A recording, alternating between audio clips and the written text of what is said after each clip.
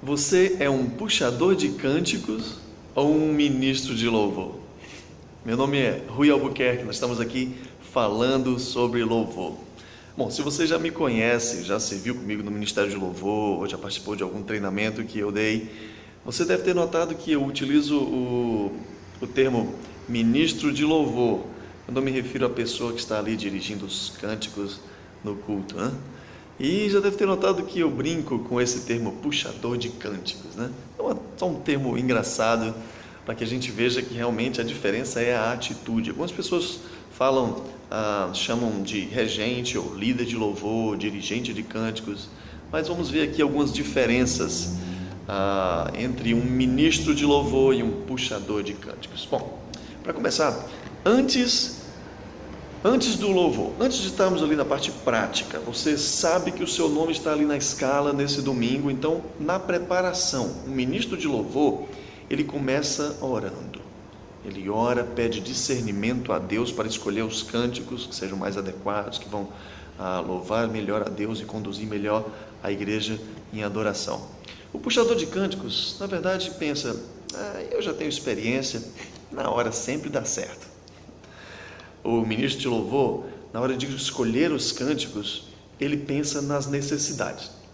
Ele pensa se tem algum tema na pregação, ele conversa com o pregador, ele conversa com aquele que vai fazer a ceia, a coleta. Ele busca saber a necessidade da igreja naquele momento. O puxador de cânticos, na verdade, escolhe cânticos, os cânticos que ele mais gosta. Isso não quer dizer que o ministro de louvor não escolhe cânticos que ele gosta. É claro, não vamos escolher um cântico que nós não gostamos, mas nós precisamos adequar a necessidade da igreja. O ministro de louvor começa a sua escolha, começa a sua lista assim que ele sabe que está escalado. Ele já está pensando, ele passa no mínimo uma semana pensando, meditando sobre aquelas músicas, e ele fica cantando e repetindo aquelas músicas.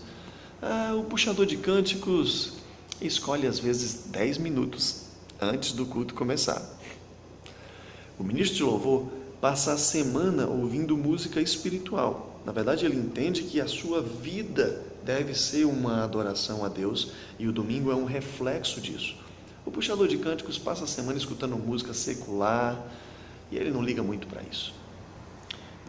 Na hora do culto, o puxador de cânticos está sempre correndo. Não sei se você já percebeu. Muitas vezes se perde, se confunde.